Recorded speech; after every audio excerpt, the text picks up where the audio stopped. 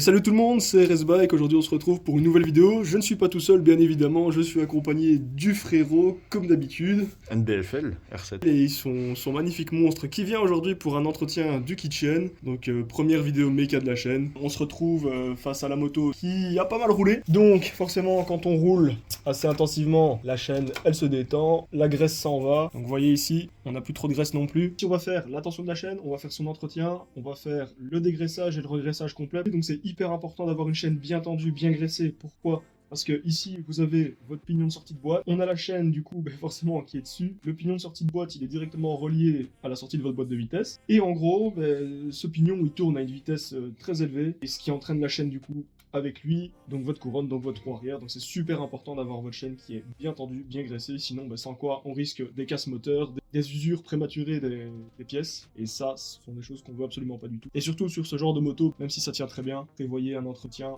à la pointe. Donc aujourd'hui, on va vous expliquer comment faire tout ça dans cette vidéo. Dans un premier temps, il y a deux options possibles. Faire un entretien de la chaîne, soit vous faites ça sur la béquille latérale et ça marchera tout aussi bien que sur une béquille d'atelier. Donc nous aujourd'hui, on va le faire sur la béquille d'atelier parce qu'on en est équipé. Et également, on est équipé de cette petite pièce-ci. Donc je sais pas si on verra bien à la caméra. Donc, On voit bien, ouais. Donc ce sont des pièces usinées de chez Yam. Donc ils viennent se mettre juste ici sur le bras océan.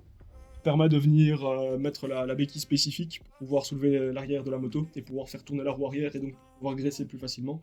Sinon, ce que vous pouvez faire, si vous n'avez pas ça chez vous, prenez des rouleaux qui font à peu près cette taille-là, vous les mettez par terre avec des coussins antidérapants et alors à ce moment-là, vous venez mettre la roue arrière de la moto dessus et vous pouvez la faire tourner sans problème. Que ce soit sur la béquille d'atelier ou alors sur la béquille latérale de la moto, les réglages sont exactement pareils. Et on va vous montrer comment faire aujourd'hui sur la béquille d'atelier, ce qui est quand même plus pratique.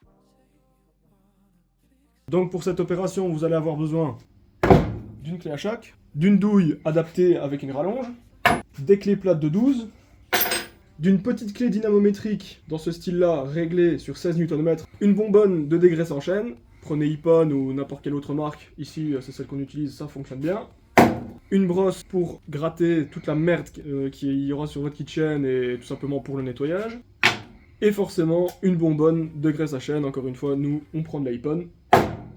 Et pour finir, une clé dynamométrique, cette fois-ci un plus gros format, réglé sur 105 Nm pour pouvoir resserrer votre roue arrière. Dans un premier temps, on va défaire la roue arrière. Si comme notre cher ami ici, vous êtes équipé des sliders de protection, il va falloir tenir d'un côté et de l'autre. Et alors, il va falloir venir desserrer. Donc ça se dessert à la main, ça. Ça se desserre à la main, c'est censé être graissé et pas trop serré, forcément. On doit pouvoir le desserrer à la main. Tiens comme ça, sur une tige filetée. Maintenant, on dévisse la roue arrière. Pour dévisser votre roue arrière, vous allez avoir besoin, comme je l'ai dit tantôt, la clé à choc et ici l'embout. Vaut mieux prendre une clé à choc ou alors si vous n'avez pas ça chez vous, prenez une longue barre de levier pour venir desserrer la roue arrière et ça le fera bien aussi. Donc c'est serré super fort, donc on vient directement ici et on vient desserrer. Pas besoin de retirer l'entièreté de l'écrou, c'est juste de desserrer de quelques millimètres pour pouvoir dégager un petit peu le bras oscillant, pour pouvoir faire en sorte qu'il se décale et qu'il puisse laisser de l'espace à la roue arrière pour pouvoir reculer ou avancer la chaîne. Donc avant de procéder au réglage de tension de chaîne, on va nettoyer la partie ici parce que c'est super important. Vous allez voir qu'il y a des petites marques, des petits crans sur chacun des côtés de la roue. Donc ici, on peut bien voir qu'il y a des crans, enfin des petits traits. Donc 1, 2, 3, 4, 5, 6, 7. On est sur le 6e ici, ouais, le 6e. Donc on est sur le 6e cran. Et normalement, de l'autre côté, on doit être exactement pareil. Ça, c'est pour le centrage de la roue, mais pour également indiquer à quel niveau la chaîne est plus ou moins tendue. Et comment est positionné l'axe sur le bras oscillant. Parce qu'il faut savoir que le bras oscillant ici, c'est pas un axe qui est rond, hein, c'est ovale. Donc ça peut permettre une certaine... Ça peut permettre un certain jeu et la roue, elle peut être réglée. Hein. Enfin, la roue. L'axe peut être réglé et peut être décalé en fonction du coup forcément de l'usure de la chaîne, la tension qu'on doit y mettre, etc. Donc on a la même chose de l'autre côté. Ok, donc maintenant pour procéder au réglage, vous allez vous rendre ici à ce niveau-là. Il y a deux écrous. Un écrou pour la tension et un contre-écrou pour bloquer cet écrou-là pour pas qu'il puisse bouger. On a ça de ce côté-ci et forcément de l'autre côté. C'est un réglage qui est symétrique. On va faire ça des deux côtés. Ici, on a deux clés plates de 12 mm. On vient tenir ici. On vient défaire le contre-écrou. Si c'est serré au couple, normalement de base, ça ne devrait pas poser problème. Donc on vient le desserrer ici, juste un tout petit peu. Voilà. Et on fait pareil de l'autre côté. Donc on vient desserrer ici. Hop. Forcément, j'ai pas envie de mettre un chassé à la caméra. Tac. On vient desserrer légèrement. Pas besoin de sortir l'écrou jusque là, on le dessert juste de quelques tours, de quelques filets. C'est bon. Donc maintenant, on va procéder au réglage. Pour la tension de chaîne, il faut savoir une chose. Yamaha préconise, sur la béquille d'atelier ou sur la béquille latérale de la moto, une tension entre 45 et 50 mm. Pour savoir si votre chaîne est détendue ou trop tendue, ou pour faire la mesure tout simplement, vous allez prendre un mètre, tout ce qu'il y a de plus bête, venir vous placer à ce niveau-là du bras oscillant. Donc ici, il y a le guide chaîne en dessous. Vous allez venir vous mettre plus ou moins aux 3/4 vers la fin. Et vous allez venir mettre votre mètre ici. Donc ici, on peut voir que on est à 50 mm tout pile. Donc vous prenez les maillons au milieu comme référence pour votre mesure. Donc là, on peut voir qu'on est pile poil à 5 mm. 5 cm, pardon. On est à 5 cm. Et donc justement, la tolérance, c'est maximum 5 cm. Donc du coup, on va la retendre. On va faire en sorte de remonter un petit peu pour pouvoir avoir la bonne tension. Parce que quand vous accélérez, si votre chaîne est trop détendue, forcément, elle va venir toucher déjà le bras oscillant ici. Et elle va onduler, donc vous allez entendre des clics, clics, clics, clics, de plus si c'est pas graissé. Donc du coup, c'est super important d'avoir la bonne tension. Donc on va faire en sorte de remonter la chaîne légèrement pour qu'elle soit de nouveau dans les tolérances. Donc pour effectuer le réglage, vous allez vous rendre sur le bras oscillant, sur les tendeurs, et vous allez toucher à cet écrou-là cette fois-ci. Vous prenez votre clé de 12, pas besoin de commencer à visser comme un malade, vous faites un ou deux demi-tours, pas besoin de visser comme un fou. Donc ici, on va déjà faire un demi-tour comme ça. Et on va faire pareil de l'autre côté pour toujours avoir le bon alignement. Parce qu'il faut savoir que quand vous tendez d'un côté, vous venez faire reculer votre roue très légèrement et il faut que ce soit fait de l'autre côté. Sinon, votre roue, elle sera de travers de quelques millimètres et vous allez peut-être le sentir quand vous allez rouler après. Donc ici, pareil, on vérifie bien que l'écrou soit au contact et on vient faire un demi-tour. Hop. Après avoir effectué un quart de tour, voilà, vous revenez au niveau du point de mesure sur lequel on était tantôt. Vous regardez ici aux 3/4 du bras oscillant. Vous voyez, on est toujours un tout petit peu trop bas. Donc on va encore aller remettre un quart de tour sur chacun des écrous jusqu'à obtenir la bonne valeur. On revient avec la clé. On refait un quart de tour. De l'autre côté, pareil. Hop. Un bon quart de tour. Donc en même temps que vous serrez ici, après chaque serrage de chaque côté, vous allez vérifier les traits. C'est super important parce que votre roue elle recule. Je tiens à le rappeler ça. Donc t'as combien de ton côté? Donc 1, 2, 3, 4, 5, 6, je suis sur la 6ème qui est une petite barre. Ouais, c'est sous la 6ème. Ouais, un peu après la 6ème, entre la 6ème et la 7ème. Ok, parfait. Ici, vous voyez, on était à ce réglage là et on doit avoir la même chose ici. Donc super important. Ça déterminera le centrage de votre roue. On revient contrôler la valeur ici. Donc là, vous voyez que on est pile en dessous de la valeur 45. Donc le maximum, c'est au bout de mon doigt. Donc c'est entre 45 et 50. Donc on est remonté de quelques millimètres, mais ces quelques millimètres, c'est vraiment hyper important. Ça détermine vraiment la tension de la chaîne et donc du coup l'effort qui est transmis. Ici, on est presque à la valeur prescrite. On va encore refaire un 8e de tour. Donc vraiment très léger. On va resserrer très très légèrement. Et on fait pareil de l'autre côté. Tac. Donc ici vraiment pas grand chose. Voilà, ça suffira. Donc là on regarde les valeurs. On regarde les valeurs. Tu regardes de ton côté si t'es à la bonne valeur. Ok, je suis à la 7ème du coup. T'es à la 7ème? Je suis à la 7ème. Ok, ouais. et du coup de ce côté ici, on est pile sur la 7ème. Il y a un petit peu de terre derrière, mais on est pile sur la 7ème.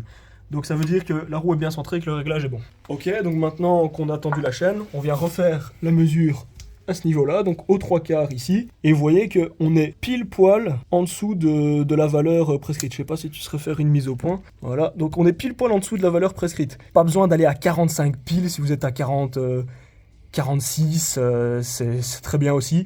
Donc là, on peut voir que la chaîne, elle est tendue, mais elle ondule pas, vous voyez, contrairement à tout à l'heure, il y avait quelques millimètres, elle ondulait un petit peu. Et là, on voit vraiment que la chaîne est dans la continuité, et c'est nickel. Voilà, vous êtes arrivé à ce même réglage ici, vous avez bien vu que la mesure était la bonne. Donc si vous êtes arrivé jusqu'à ce niveau-là, très bien, bravo, vous avez quasiment fait le 3/4 du boulot. Maintenant, ce qu'on va faire, on va venir sceller plutôt le réglage donc, de la chaîne de transmission. Pour ça, encore une fois, clé 12 et clé dynamométrique, comme ceci. Vous prenez cette marque-ci ou n'importe, ça fonctionnera tout aussi bien. C'est une douille de 12 encore une fois, douille longue, je vous le recommande. Et vous venez régler votre clé sur 16 Nm. Pour ça, vous allez venir mettre votre clé, vous allez venir mettre votre écrou contre, venez bien sceller votre clé plate, parce que sinon, si vous bougez, le réglage va changer, et vous êtes bon pour tout recommencer. Donc là, ici, on vient mettre la clé dynamométrique, et vous venez serrer à 16 Nm. Voilà, une fois que ça fait clic, c'est bon. Donc là, on est à 16 Nm, le couple de serrage est nickel. Ça évitera ici à votre écrou de se barrer, de se desserrer ou de bouger tout simplement. On vient faire pareil de l'autre côté, on vient approcher l'écrou, on vient caler la clé plate ici, on vient avec la clé dynamométrique et on vient bien tenir notre écrou pour pas que ça bouge. Hop, voilà. Et une fois que ça fait clic, c'est bon, on ne touche plus. Votre écrou est serré et ne risque plus de se barrer. Vous avez bien bossé, vous avez réussi à faire votre tension de chaîne. N'oublions pas maintenant de resserrer la roue arrière. Enfin, pour faire cela, on va commencer par resserrer grossièrement à la boulonneuse. On va peaufiner après à la clé dynamométrique. Donc encore une fois, on vient positionner la boulonneuse. On vient ensuite prendre la clé dynamométrique de plus gros diamètre, on va dire, de plus gros volume. Et on vient la régler à 105 Nm. Donc du coup ici, on voit bien la valeur, donc 100 plus 5, 105. C'est la valeur prescrite par Yamaha pour resserrer la roue arrière. Donc on vient ici, donc pour rappel c'est une douille de 27. On vient ici, on vient resserrer. Voilà. Donc vous étonnez pas si c'est assez dur, c'est tout à fait logique. Et une fois que ça fait clic, c'est bon, on touche plus à rien, votre roue arrière est serrée à 105 Nm. Et là, félicitations, vous avez réussi à retendre votre chaîne. Si, encore une fois, comme notre cher ami, vous avez cette option-là, les sliders, vous venez passer l'axe ici, tac, vous venez le mettre juste là, il y a la tige sculptée qui sort de l'autre côté. Prenez peut-être soin de graisser la tige ici et mettre un peu de graisse silicone là-dedans, ça permettra de serrer plus facilement et que la pièce ne vienne pas se sceller à la tige, ce sera beaucoup plus facile pour un futur démontage. Et alors on vient serrer comme ça ici, et on vient serrer à la main les gars. On vient pas commencer avec des pinces et tout, on vient serrer à la main. Parce que ça doit être desserrable à la main, tout simplement. Voilà. Donc on vient au contact, plus un quart, et on touche plus. Là vous avez réussi à tendre votre chaîne, c'est très bien, mais il faut penser à l'entretien. Donc c'est-à-dire dégraissage, nettoyage, tout en dégraissant et forcément en regraissant par la suite avec de la graisse blanche propre. Pour ce faire, il y a deux solutions. Soit vous faites comme nous, vous prenez la béquille officielle ou une béquille standard, peu importe, une béquille d'atelier. Nous ici on va le faire avec cette béquille-là, ce sera beaucoup plus facile. Ou alors vous prenez encore une fois, comme je l'ai dit en début de vidéo, des espèces de rouleaux avec des petits coussinets antidérapants. Et vous allez venir mettre la roue arrière dessus et ça fera vraiment comme un rouleau et vous allez pouvoir tourner votre roue sans problème. On va venir prendre la moto, tac. On va venir la mettre sur son trône pendant quelques instants. Voilà, tac. Donc on voit bien que la moto ne bouge pas, c'est nickel. Et on voit que la roue arrière peut tourner librement. Maintenant on va procéder au dégraissage de toute cette merde. Donc du coup ça c'est de la graisse qui a accumulé de la poussière, de la terre, tout ça. Donc bref, c'est pour ça qu'on fait l'entretien. Je ne l'ai pas spécifié en début de vidéo, mais pensez à prendre du papier essuie-tout, Cotex. Nous ici, bon, c'est un papier atelier style industriel. Donc dans un premier temps, moi ce que j'aime bien faire, c'est faire un dégraissage complet de toute la chaîne. N'hésitez pas à abuser vraiment avec les produits, surtout au dégraissage, pour vraiment racler un maximum de merde. Moi j'aime bien commencer comme ça.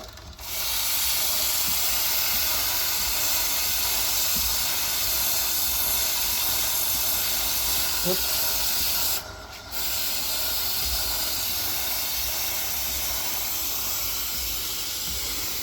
Peut-être qu'en niveau utilisation de produit, c'est pas le plus optimisé, mais vous voyez quand même qu'il y a pas mal de merde qui en retombe.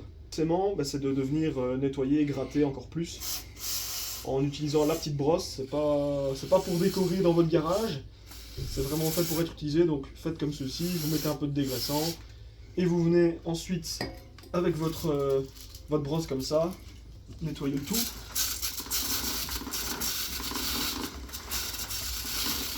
Donc vous le faites comme ceci, avec la brosse positionnée comme ça, et vous appuyez à chaque fois de chacun des côtés, donc en dessous, au-dessus, sur le côté, pour vraiment bien racler donc les rouleaux ici, la partie en dessous. Comme ça, vraiment, vous allez venir racler toute la merde. On voit que c'est bien noir. Et alors, passez un petit coup de dégraissant ici. Bien sûr, prévoyez une bonne savonnée après de votre sol. Ici, on le fait comme ça parce qu'on n'a pas de tapis. Mais pensez à vraiment bien nettoyer après. Hop. Donc on repasse 2-3 fois comme ça pour vraiment nettoyer toute la merde. Pour vraiment bien gratter. Et n'hésitez pas à appuyer sur chacune des faces de la brosse pour vraiment bien tout racler. Voilà, on en sort quand même quelque chose. Alors encore une fois, moi ce que j'aime bien faire, c'est vraiment faire un bon dégraissage partiel et après racler avec un essuie-tout.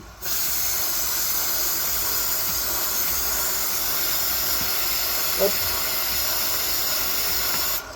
Tac. Donc on voit déjà que c'est un petit peu plus propre hein, comparé au début. Ouais. C'est beaucoup plus propre. Et encore une fois, je le dis, je le répète, n'hésitez pas à abuser des produits. Faut pas oublier que la moto, certes, c'est un hobby qui coûte cher. Prévoyez quand même des produits de qualité pour pas que votre moto finisse en épave après quelques mois. Ce que j'aime bien faire, c'est venir ici avec un essuie-tout, très légèrement, pour racler le reste de dégraissant ou de graisse qui resterait éventuellement. Ne faites pas ça trop vite parce qu'autrement vous allez vous arracher quelque chose. Mais voilà, prenez votre temps, dégraissez un petit peu tout, nettoyez correctement. N'appuyez pas trop fort parce qu'autrement vous allez mettre des bouts d'essuie-tout au niveau de votre chaîne et du pignon, mais c'est pas ce qu'on veut, donc n'appuyez pas trop fort. Voilà vers quoi vous devez plus ou moins arriver, donc un rendu propre, comme ceci. Bon, bien sûr ici il reste encore quelques petits résidus, on va nettoyer tout ça, mais vous devez arriver à ce rendu là plus ou moins, quelque chose de brillant. On est venu repasser un petit peu de dégraissant pour vraiment avoir ce rendu là. Ici on est totalement dégraissé hein, donc du coup n'allez surtout pas rouler comme ça. Pensez vraiment à remettre une bonne grosse couche de graisse et attendre par la suite que ça puisse bien s'incruster dans le métal par capillarité. Nous ce qu'on va faire ici, on va remettre du coup de la graisse Ippon comme ce que l'on fait à chaque fois. Pour appliquer cette graisse-ci sur la chaîne là, alors, on va quand même respecter ce qui est préconisé par la marque. On va d'abord agiter la bouteille parce que c'est important. Pour que la graisse puisse bien sortir et qu'elle puisse s'épaissir après sans problème sur le reste de la chaîne et pénétrer par capillarité. Et ensuite on va attendre 2 heures, le temps que la chaîne soit bien imprégnée de la graisse. Donc on va commencer par un graissage ici. Pourquoi? Parce que bon, ici forcément c'est le centre de la chaîne, c'est ce qui tourne le plus en fait. Parce qu'ici les petites parties qui sont là forcément elles tournent. Donc on va graisser cette partie là en premier. Comme ça, avec l'inertie, ça va projeter des particules de graisse un peu partout sur la chaîne et au moins on sera certain que ce sera bien graissé. Donc on vient graisser cette partie ici en premier, c'est la plus importante. Hop. Et n'hésitez pas à abuser hein, vraiment du produit. Faites quelques tours de roue, comme ça au moins vous êtes sûr et certain que de la graisse il y en aura partout. Parce qu'il ne faut pas oublier que si vous ne mettez pas cette graisse, ça va rouiller la transmission du moteur jusqu'à la roue arrière en passant par la chaîne, sera moins fluide. Vous allez peut-être avoir d'autres soucis, ça peut endommager des casses aussi, donc vraiment faites hyper attention. Et on va venir graisser cette partie-là également. Hop. Voilà. Et on vient remettre un petit coup à gauche, à droite. Et là, c'est parfait. On va venir aussi en mettre de ce côté-là, pour les deux côtés. Hop. Comme ça, toutes les parties sont bien graissées. Il n'y aura aucun problème par la suite. Voilà. Donc là, on voit que la graisse est encore plus ou moins liquide. Donc c'est pour ça qu'ils préconisent 2 heures pour attendre vraiment que ça s'épaississe bien et que ça puisse venir pénétrer par capillarité dans tous les éléments de la chaîne. Donc on attend vraiment bien 2 heures pour que tout puisse pénétrer par capillarité dans la chaîne et que vous n'ayez aucun problème par la suite lors de vos roulages. Donc une fois que vous avez tout graissé, voilà, le plan de travail est dégueulasse, donc on va pas laisser ça comme ça. Pensez à vous munir de dégraissant. Forcément, n'allez pas utiliser votre dégraissant en chaîne, prévoyez une bonne dose de nettoyant frein ou alors de l'eau savonneuse ou n'importe avec des bacs que vous n'utilisez plus. Nous on va utiliser du nettoyant frein et du papier chiffon comme ça, style industriel, pour nettoyer la zone de travail. Voilà à quoi vous devez arriver si vous avez bien bossé, nous voici le rendu sur la R7. Donc nous ici on le fait nous-mêmes, ça nous économise du temps et de l'argent parce que chaque fois devoir aller déposer la moto, la ramener, etc. c'est chiant. J'espère que cette première vidéo tutoriel mécanique vous aura plu. N'hésitez pas à laisser donc un maximum de likes, à mettre un petit commentaire constructif, positif, ça fait toujours plaisir. N'hésitez pas à vous abonner pour ne pas manquer les prochaines vidéos avec le frérot. On utilisera encore sa moto comme cobaye pour des réparations, des pannes, etc. On n'hésitera pas. Et sur ce, c'était RS Bike, NBF LR7. On se donne très vite rendez-vous dans une prochaine vidéo. Allez, ciao, bye et gaz!